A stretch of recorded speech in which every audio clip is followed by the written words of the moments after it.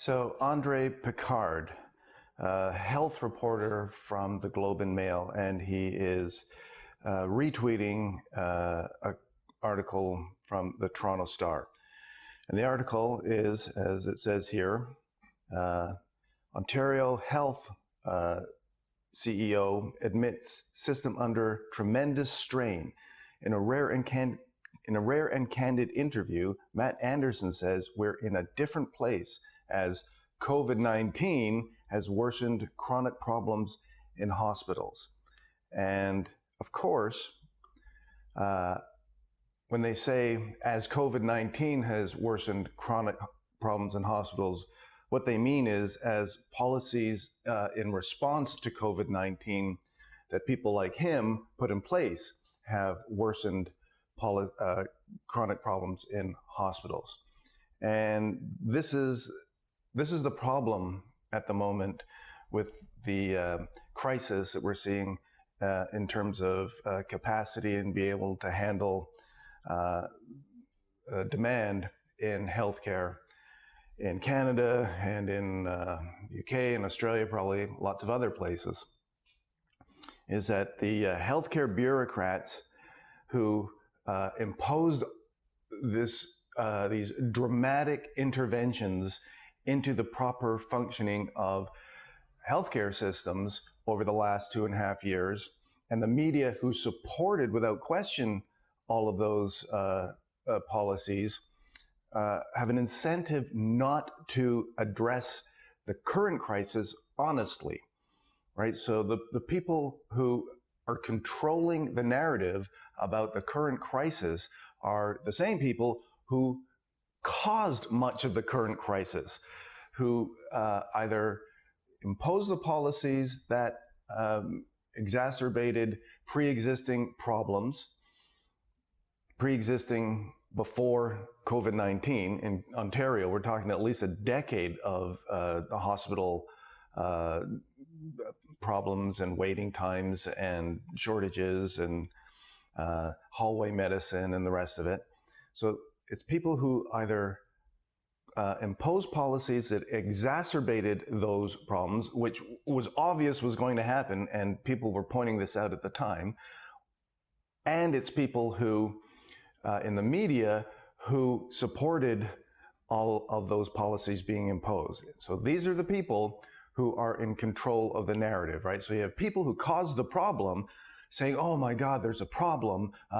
Don't worry, we'll rush to the rescue and we'll fix it. We figured out what we should do to fix all of this, right? You have politicians, public health bureaucrats, and journalists. All of them are complicit in creating the crisis we're seeing now. And yet those are the people saying, we've identified a crisis and we'll solve it, except they never mention the elephant, which they all helped usher into the room. Next, we've got Max Fawcett, who works for the Canada's National Observer, which is a media outlet which no normal Canadians are aware exist. I think the only audience for this media outlet are Liberal government employees and activists in the climate change arena. So Max Fawcett is responding to member of the Legislative Assembly of Alberta, Brian Jean, who tweeted this information. He tweeted, I talked about these issues some time ago. Some members of the left said I was wrong, but data from Health Canada says that up to and including June 24th, there was a total of 355 reports of deaths following vaccination. And our journalist, Max Fawcett, responded by tweeting this: I just cannot. I just cannot. Now, when people do this, when they use these kind of high school level quips, they're obviously not trying to represent any actual idea or an argument or a counter argument. They're just trying to express their contempt for the person they're directing this towards.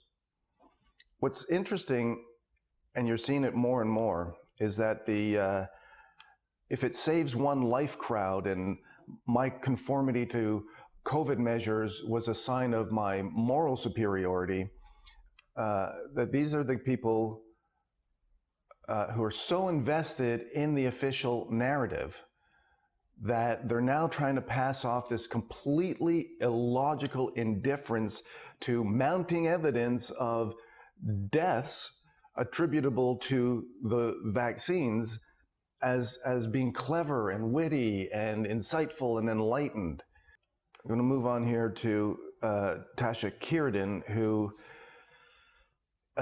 she's a journalist, but she is, for some reason, trying to distance herself from her own career in journalism, as you will see here. It's very bizarre. So she was responding to a tweet by this guy called Andrew Pinsent, who is also a journalist and works for CTV and various other outlets. He's a freelance journalist. And he posted this video showing a bunch of people outside of one of his outlets that he works for, CTV, and they're protesting the station, and apparently they were repeating the expression fake news over and over again. So he posts this video, and Tasha Kheiriddin, who has worked for everybody in the Canadian media landscape and is now currently working on the leadership campaign for Jean Charest for his bid to become leader of the Conservative Party, the federal Conservative Party. She tweeted this: "How much of this behavior is the product of foreign interference? Discrediting institutions, including the press, is a means of undermining our country, and the right is falling for it." So, first of all, you have this extraordinary paranoia, this delusion about foreign interference. It just seems to be that this class, the media class, the professional class, the idea that normal Canadians could get it in their heads to protest in front of a media outlet to express their distrust of the media is just incomprehensible. I mean, the only explanation has to be that there is some conspiracy going. I mean, this is the thing, is conspiracy theories are perfectly fine when they do it. But there's some, shadowy figures from other countries. Putin is sitting there going, okay, we have to get a bunch of people, of our agents, to go and protest outside of CTV in Toronto. Yeah, let's get to work on that. It's absolutely absurd. It's like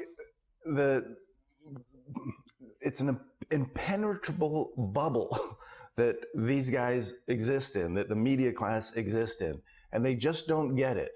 People don't like you. They don't trust you. Apparently, Tasha Kheiriddin and the rest of the media class just can't wrap their heads around that. It can't possibly be true. So there was that. But the thing that I pointed out to Tasha, I responded to her and I said this: you have a member of the Canadian media establishment defining criticism of her profession as undermining our country. Tasha represents this self-serving, clearly biased perspective as objective truth and a demonstration of her capacity for insight. Now, Tasha responded to this comment of mine, and her response is simply bizarre. She responded, "Actually, I am a public affairs strategist, but never let facts get in the way of spin," with the little winky face thing there, just to emphasize the arrogance and the contempt. Now, this is a like I said, a really bizarre response to say that identifying Tasha as a member of the Canadian media establishment is not factual. So I responded to her by reminding her of this. This is from your bio on the Navigator website. Navigator is the company that Tasha left temporarily in February in order to join Jean Charest's campaign. Now, never let facts get in the way of spin, winky face. Tasha's own bio on her company website says this: over the course of her media career, Tasha hosted the Tasha Kierden Show on Global News Radio. She co-hosted CTV News Channel's National Affairs. She served as a member of the editorial board and as a columnist at the National Post, as a columnist at iPolitics.ca, as a producer with CBC Newsworld, and an award-winning host producer at the Cable Public Affairs Channel. But other than that, not a member of the Canadian media establishment, and don't say otherwise. I mean, the gall of Tasha Kierden is just extraordinary. But it goes on. So this is another tweet that she put out in the past week, unrelated from the one we were just discussing. Tasha says, and for the record, I have been a member of the Conservative Party of Canada HQ as far back as 1984. I and our entire campaign team believe there is only one outcome, a united party. Jean Charest has been clear. There is only one party he will govern. Shame on those exploiting internal divisions. So that was from Tasha on Friday. On Monday, she was on a panel, some talk show, radio, podcast panel, and on that panel, she said this. How would you assess the importance and the implications of the outcome of this race? Well, it's going to be defining, that's clear. And it's defining because we have competing visions for the party. And it's not even so much between social conservatism, though that is represented by Leslie Lewis, for example, and traditional fiscal conservatism. It is really more populism versus what I would call common sense conservatism, more populism versus what I would call common sense conservatism. So on Monday, Tasha is highlighting internal divisions in the party. It's between what she says is populism, ooh, that sounds bad, and her candidate who represents what she says is common sense conservatism. That sounds good. On Friday, she's saying, shame on those exploiting internal division within the party. Again, the gall of Tasha Kierden is extraordinary. But there's more. One more from Tasha. So she, again, in an unrelated comment on Twitter this past week, she is responding to an article, an op-ed in the National Post about Pierre Poilievre. That's the populist. Whatever that means, we just know, oh, that's bad. So she's responding to an article that is supportive of Pierre. And she writes this: sorry, National Post, I have to disagree. Freedom has morphed from a clarion cry to dog whistle. Turns off more voters than it turns on. The center right is where the Conservative Party of Canada HQ wins the next election and takes Canada forward. And then she plugs her book, therightpath.com. So there are a couple of things going on here. One is that this represents a phenomenon in Canada that has arisen over the last 2.5 years, where the educated professional class have been conditioned to believe that expressing contempt for people who value freedom in their liberal democracy is a sign of sophistication and cleverness. So basically, the people in power who have imposed this extraordinary, unprecedented level of authoritarian control over the Canadian population have marketed this concept to the professional middle class, that expressing opposition to abrogating your freedoms is a sign that you're unsophisticated and that you're worthy of our contempt. You're those awful working class trucker people and people like that who we can just dismiss because you're not really important and your views and values don't count. So that's one thing that's going on here. Another thing is that she uses this generic term dog whistle. Now, dog whistle is one of those meaningless labels that are generally used by the left, right? Dog whistle is usually used by people on the left to associate any thinking that threatens their ideology with vaguely malevolent motivations, right? Again, it's these terms that are used instead of thinking, instead of making an argument, instead of making a valid point. You just apply one of these labels and everybody knows, oh, we're supposed to think those people are bad, right? So you apply a label, you know you're supposed to think these people are bad, and then you go away and you make all the bad associations that you can come up with for the people to whom this label was applied. So here's an alleged conservative who is doing that to Canadians who say they value freedom in a liberal democracy. It's unreal. And again, the gall of Tasha Kheiriddin to represent what she is presenting as common sense conservatism is mind-boggling. So I could go on about other things that have happened this week, but I'll leave you with this because this was kind of interesting.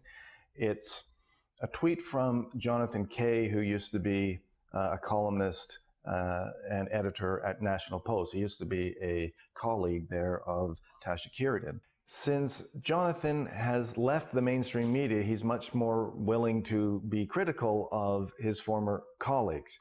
And in this tweet, he's talking about an interview that he'd done with one of his former colleagues, Terry Glavin, who recently wrote an article that actually went against the mainstream media narrative about so-called unmarked graves that had allegedly been discovered on the grounds of a former residential school in Kamloops.